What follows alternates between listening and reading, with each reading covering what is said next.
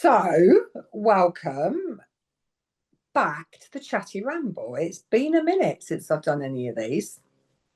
And I was on a call with Kim, and we were nattering, as Kim and I do. And it's like, this needs to go into a Chatty Ramble. I've not done one for a while. So I looked back to see when the last Chatty Ramble was. And it was the end of January 2025. So that was like 9 months ago. And Kim and I having this really interesting conversation. So if you've been following my journey on my socials for the last few months, you'll see that I had a pretty horrific car accident. And out of that car accident, they discovered a brain aneurysm. So that's why I was on the call with Kim this morning, not just now. This brain aneurysm has now resulted in me needing brain surgery for the end of the year. And it's like, how much more can 2025 throw at me? Because it's been a bit of a year. Yeah. And then we got talking about blood pressure. Because it's like, okay, so why have you got aneurysm? What's caused that? And my understanding, although I could be incorrect, is it's associated with high blood pressure. And actually 50% of the population, according to medical people, have these brain aneurysms. And many people die with them, not of them, thankfully. However, in my family, there is a risk of brain bleeds. So I've currently got a very elderly uncle in hospital with a very severe brain bleed who's unlikely to make he won't make a full recovery. So he's currently paralysed down one side completely. He's lost his ability to speak, although that's slowly returning, and he's lost his swallow reflex. He doesn't recognise people in photographs. He wasn't sure. She's not sure on who family members are. So that's one of the things that's happened this year. And there's a history of brain bleeds and brain aneurysms in my family, and it's all connected to high blood pressure, I understand. So now Kim and I were having this whole conversation, and she said something really, really interesting. So I'll introduce you in just a minute, Kim. Do not worry. They don't need to know. And Kim was talking about safety. And I've been wondering for a lot of years, what is the cause of my hypertension? Yes, you can go, yes, it's lifestyle. Yes, it's weight. Yes, it's drinking. Yes, it's smoking. Yes, it's incorrect food. Yes, it's lack of exercise. Yes, it's related to the heart. Yes, it's related to the kidneys. I understand all of those things. However, I've always known there's something else. It's not just mechanical. It's something else. And Kim said, well, my feeling is it's to do with lack of safety, feeling insecure, and we'll go into this in just a minute. So if you haven't met Kim before, Kim Searle, she is an absolute genius with things like hypnotherapy, the nervous system, the mind-body connect. She's also a bit woo, which is always good, has a bit woo on the program.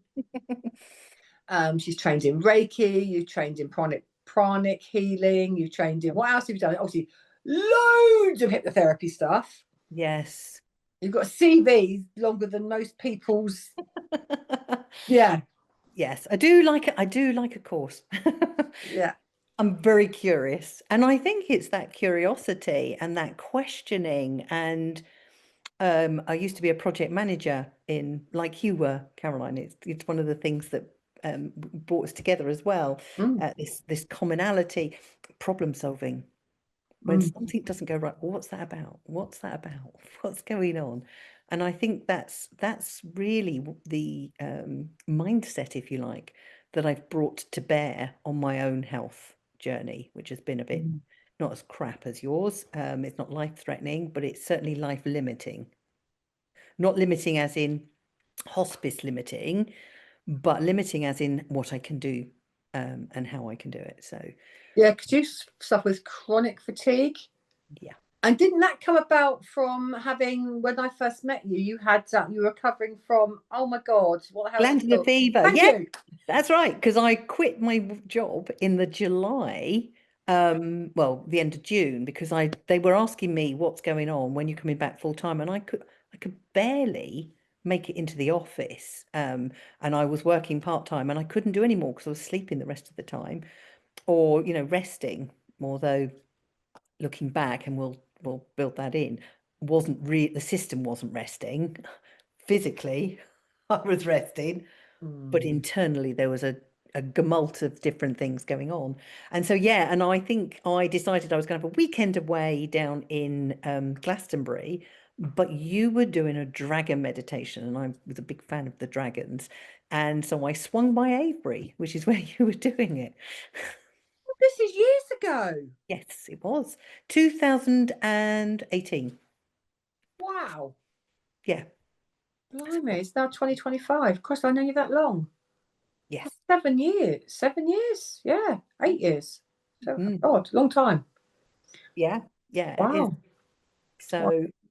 So I think it's my penchant for asking questions, being curious, and what's that about? What's that about? And just knowing when you get there, oh, hold on, this feels right. And I think we were talking before this, and when I said what it was, you were like, oh my God, that's given me goosebumps. That does feel right. And I don't know, because it was only us talking. It'd be interesting to do a little survey or whatever. I wonder whether that's true for the majority of people who are high blood pressure. Stress is one of the things that obviously is a nice umbrella. But what does that mean? You've listed a whole raft. I think I ran through some of my own. But the principle is that the body is not in balance. It's not feeling safe. And consequently, its only mechanism, and all it is letting us know there's a problem, is the fight, flight, or freeze approach. There is a fourth one, but I can't remember what it is. Okay.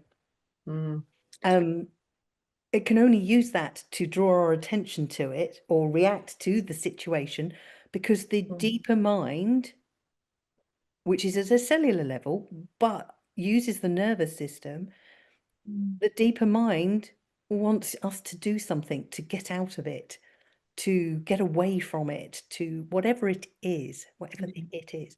And the thing is, it's not always physical safety. No, this is what we were talking about, wasn't it? Because that safety is, I don't know, we were just saying before we came on, weren't we? It's, you've got a roof over your head, you've got food in your belly, you've got, you've got clothes on your back. Your physical needs are met. But you did a really good analogy about about catching your toe under a door. Yes. And how we make associations. And that's that sense of safety, that sense of security, it isn't physical, is it?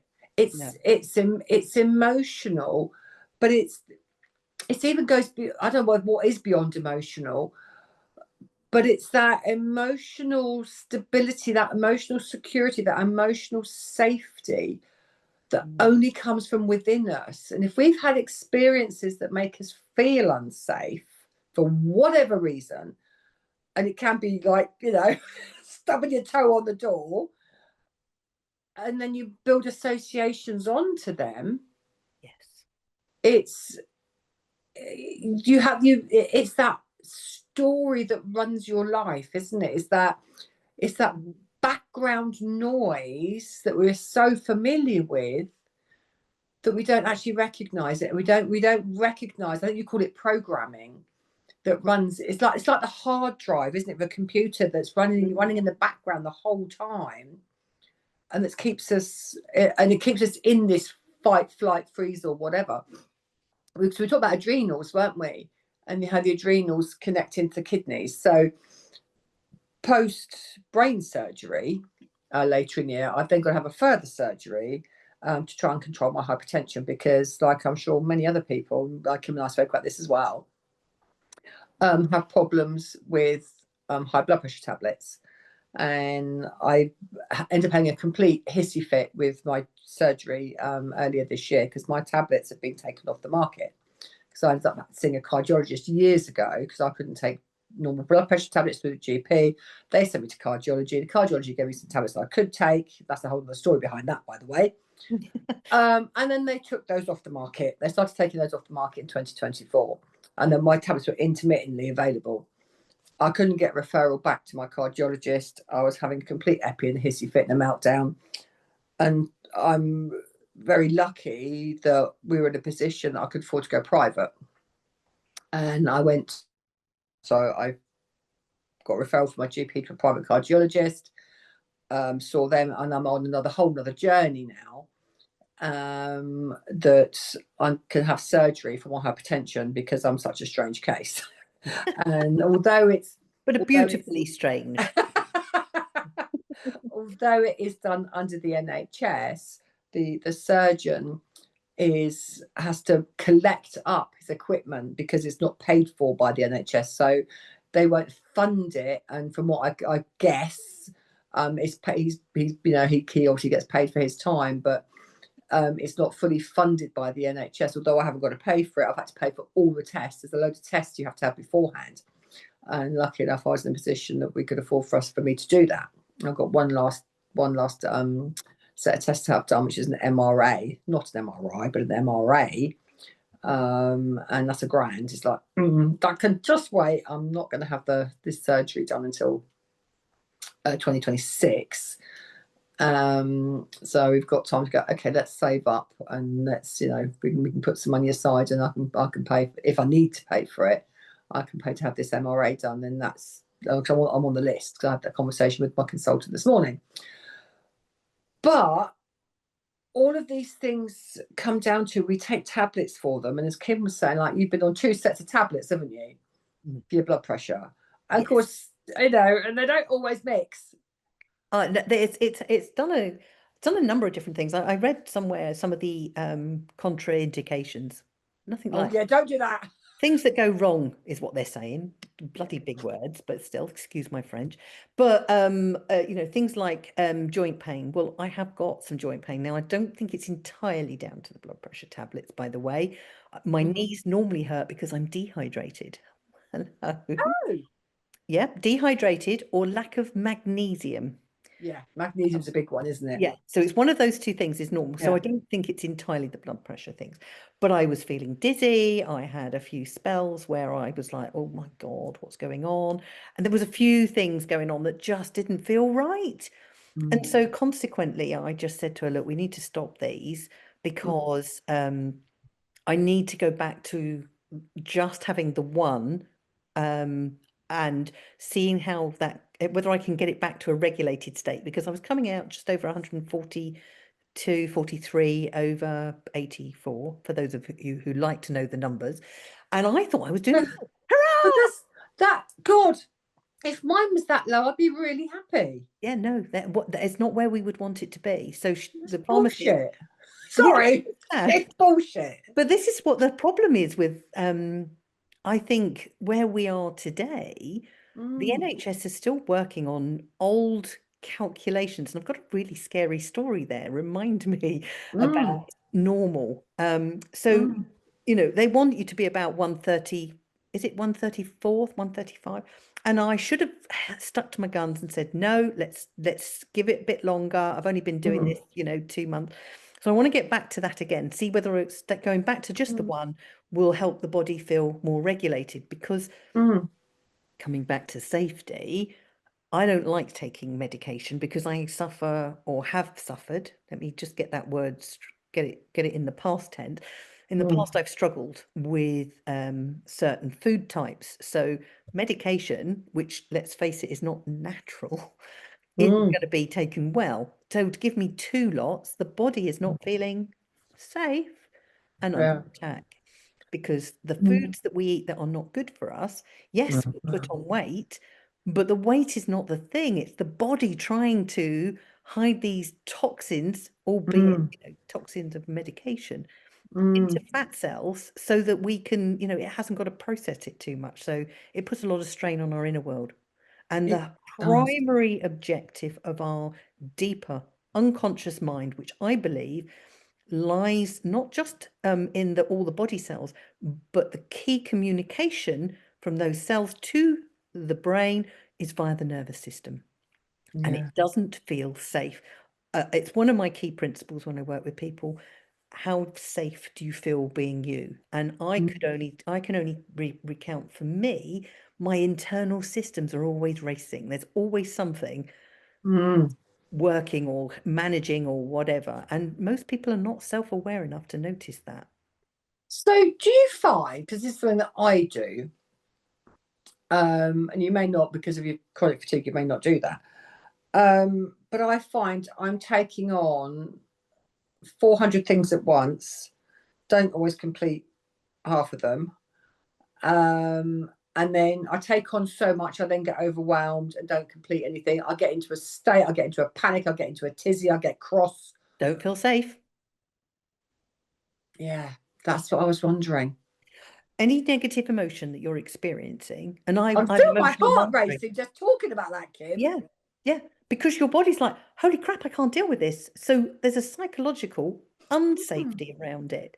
And I think the negative emotions, which is where I've been endeavoring to work, a little unsuccessfully, I must admit, because people do not yet understand how important our emotional content is.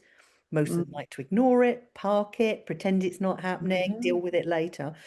But it's the body saying, hello, I've got a problem. Something's not right for me. This is the problem.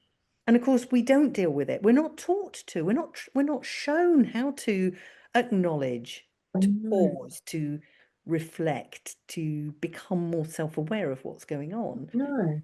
And all of it at a really fundamental level is about survival.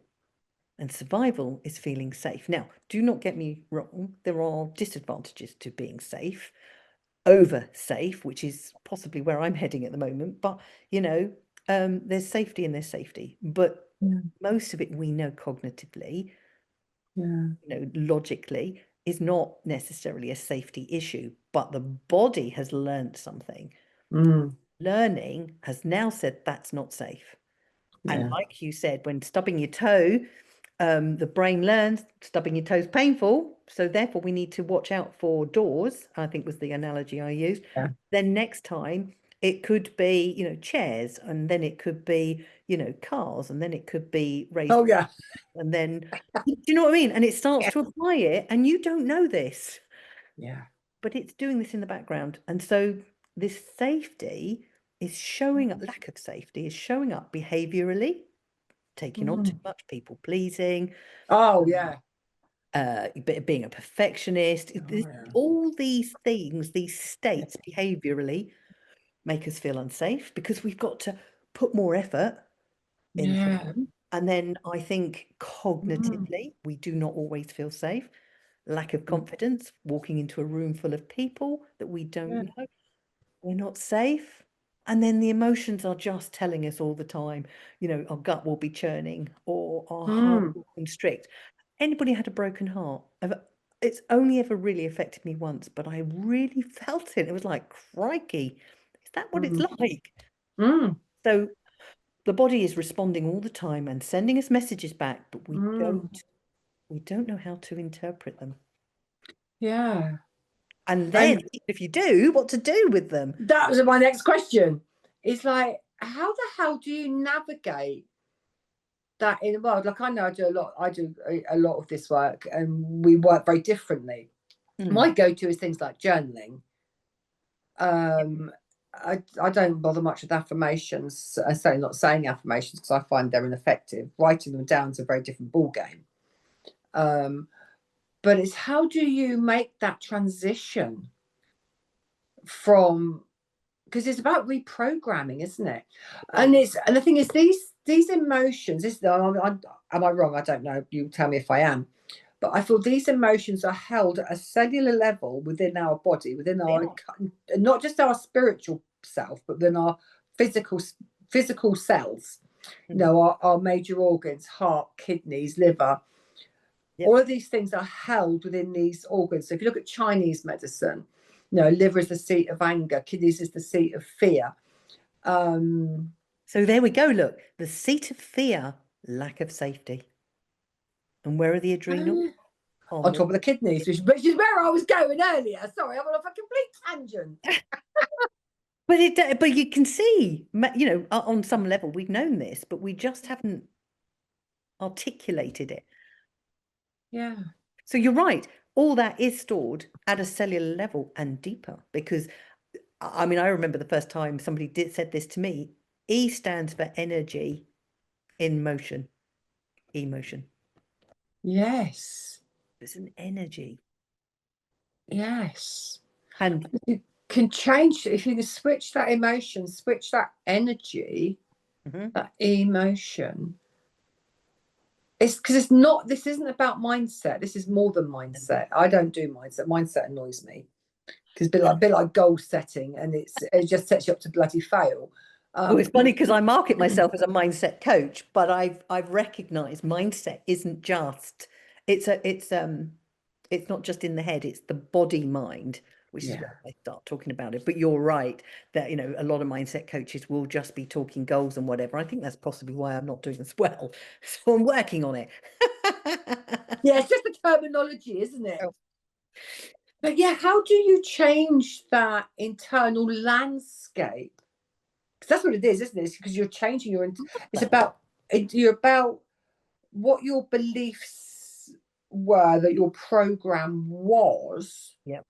And you've recognized, because one of the things that I talk about a lot with some of my clients, and I've done over the years, is that avoidance. So I'm going off around the houses, so please bear with me, is the avoidance that we have. So, you know, you were talking about those negative emotions. Yep. And we go, oh, I don't like feeling this. So we head for the chocolate, the drugs, the alcohol, the whatever our go-to is to avoid that uncomfortable feeling, because it is, we don't know that over the last week as well.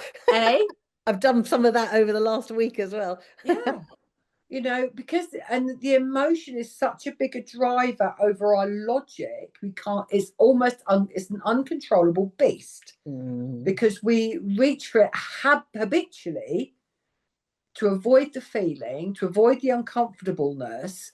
So we head for something to distract us that gives us that. Is it the serotonin that's the feel good? Yeah, it numbs down the nasty stuff, doesn't it? Yeah. So whatever is so whatever our go-to is, we head for chocolate, alcohol, fags, booze, whatever. Drugs, cake. Hey, cake's always good. Coffee.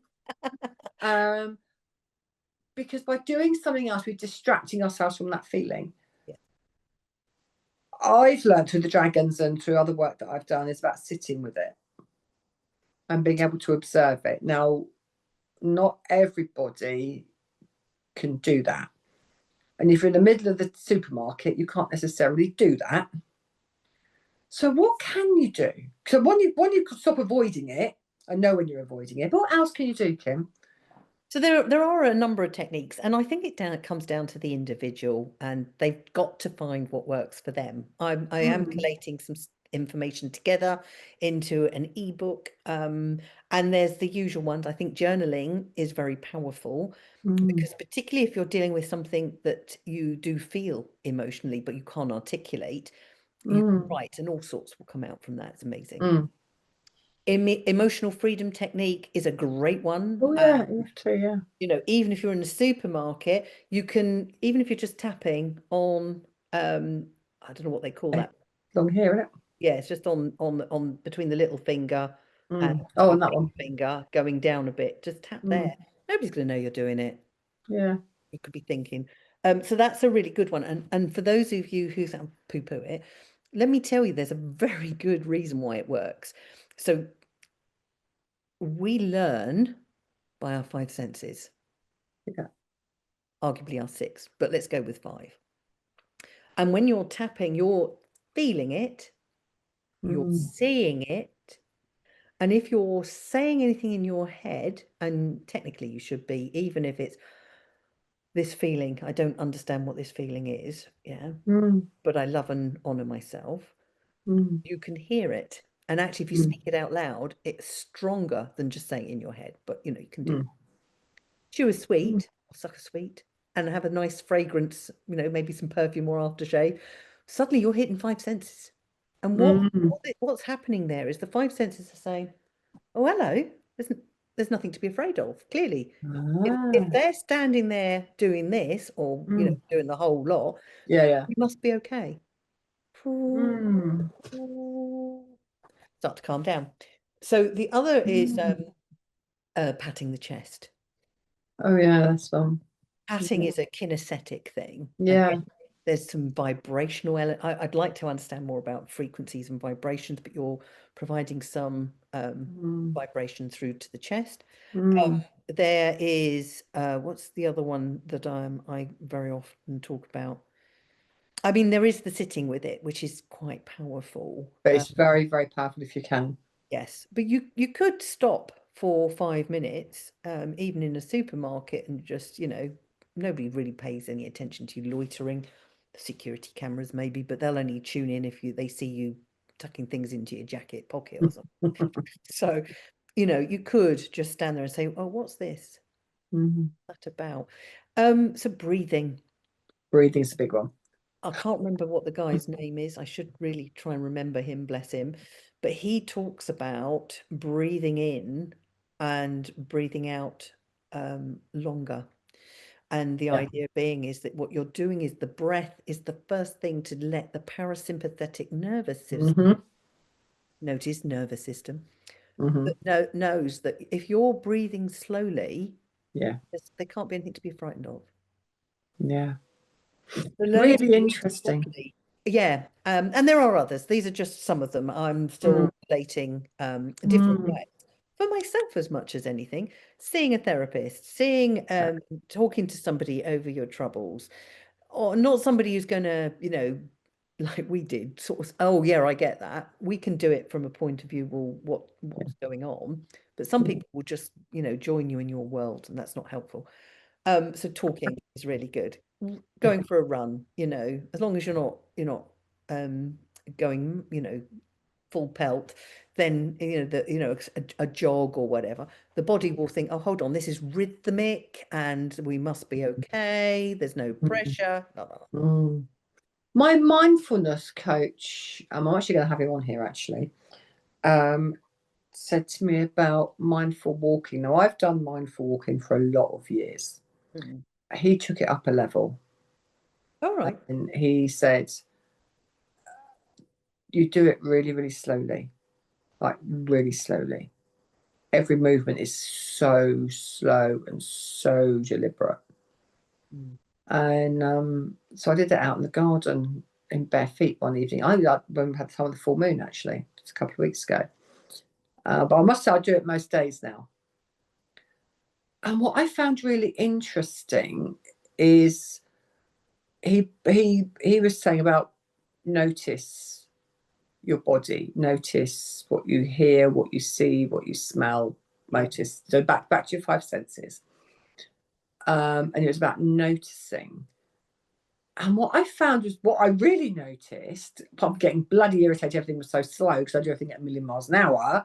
Once I got past that bit, was I found myself doing these huge sighs, like massive, massive, like sigh of relief. It was, and I did probably four of those just within a 10, it was just a 10-minute practice. But it was, I was like, oh my word, that was, I've got a session with him tonight before I go on holiday tomorrow. I must remember to tell him because it was really, really interesting. And again, it's linked to the breath, remember. It's all about the breath.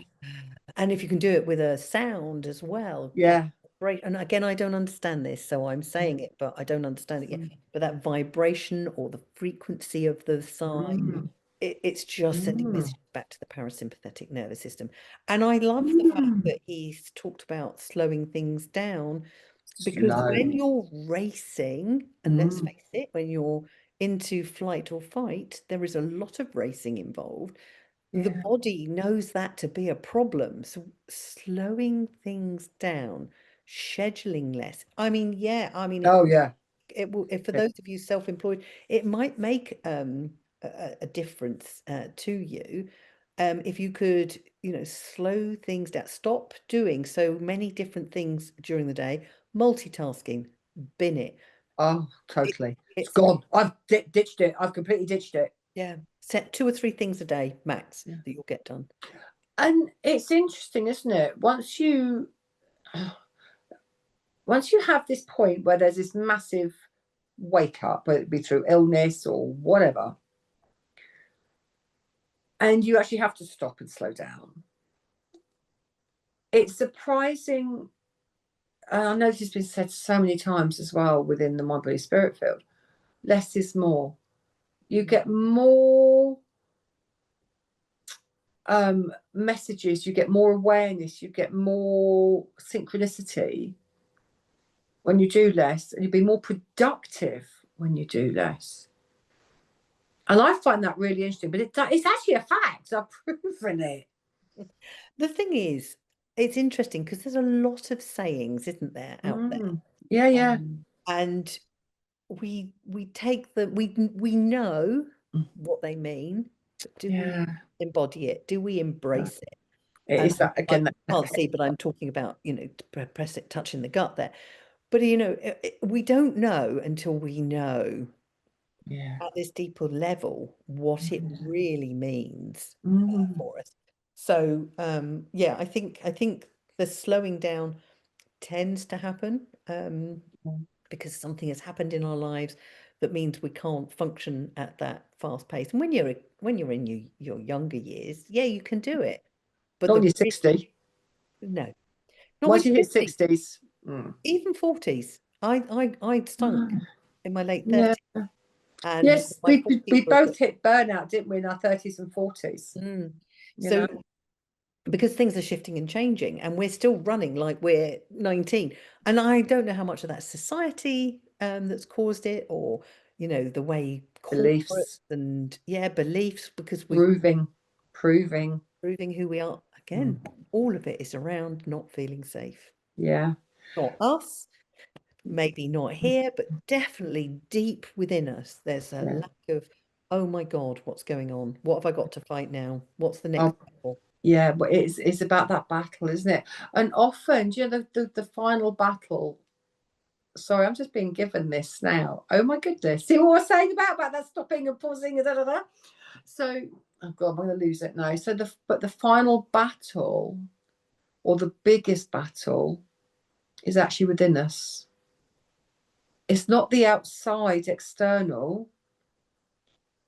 It's that battle is within us, whether you call that safety, proving, perfectionism, that last battleground, if you want to call it, and it doesn't need to be a battle, by the way, is actually within us.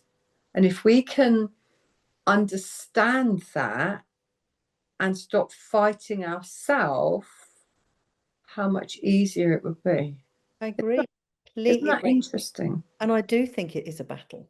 I think we have grown up, been taught to be who we are by our family, parents, siblings, and wider School. family, from school, friends, college, universities if you went, but if not work, we are taught by our partners and their family. And we are constantly being told who to be, Yes. not what we are. And I think that is where the battle is coming from. I Yeah. suspect it's always been there, but our journey, if you like, is to understand ourselves better. And it's not going to be a one and done. It's an No. ongoing journey. And I think that's the challenge most people fall into. They think they know themselves and then that's it. But you change, we know you change each decade. I mean, if not more frequently, depending on what life's throwing at you. The thing is, if you do it from a chakra point of view, you change every 7 years. You go through each chakra, each per year. Right. Okay. Well, And then you've got then you got the 7 year process, and so so yeah, it goes yearly and then 7 yearly on the big sort of things and bigger things. That Anyway, might need to I be digress. another chatty ramble, if you ask Yeah. me, because I'd like to understand that a little bit more. Because I think that's an important message as well to bring in. But I think if we can start to become, and I it all starts with you. That's my first primary principle. Everything that we experience in our external world has started with us. for some reason. Yeah. And then the second one is that self-awareness is key. You've got to start paying attention, not the emotions, yes, because they will be quite early on in the process, but if not your thoughts and your, your outcomes and your behaviors, the habits that you have. Yeah. And your body will talk to you all the time. All the time. If you listen, that gut feeling, this will be another chatty round because we're going to go on forever otherwise. But yeah, that gut feeling, listening to your body. But so to sort of wind this up,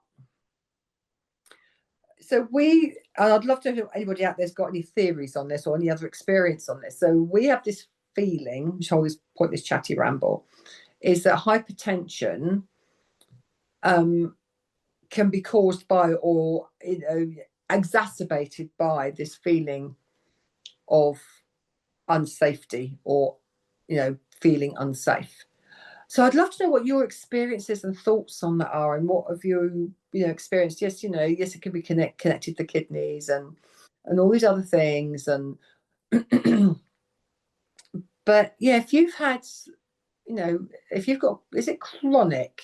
Yeah, chronic's long term, isn't it? Yeah, chronic fatigue syndrome. Yeah. But so if you have anything that's chronic, so a long term, like hypertension, chronic fatigue, what have you observed about that? And just obviously, reflecting on the conversation that Kim and I have had today, is do you feel safe?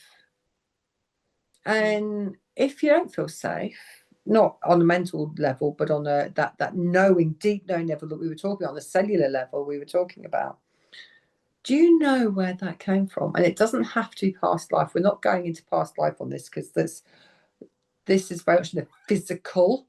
So it's not about bouncing it out and avoiding, because this is quite what happens a lot in spiritual circles. It gets avoided, spiritual bypassing. So we're not going to start bouncing and say, oh, but my past life was I had my heart ripped out or whatever. We're not going there. This is about accountability in this life and understanding you. You're here in a meat suit. You're a spiritual being having a human existence.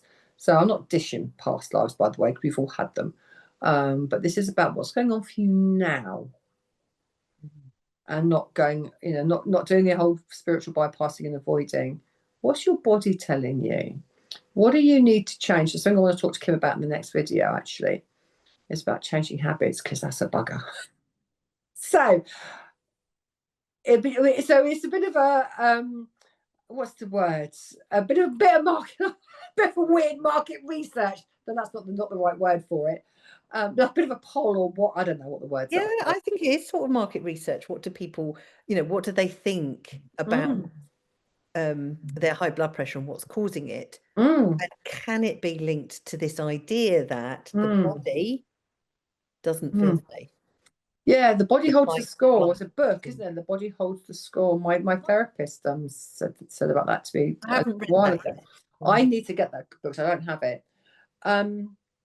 So, and this is this is obviously anecdotal, and these are our experiences and our knowings and our feelings. Obviously, it's not got any kind of science backup. I would love to do some. I might have to talk to my specialists about that. I now have two. I'm collecting specialists. Maybe I have to talk to them about that. Yes. Sciencey people. Anyway, whatever.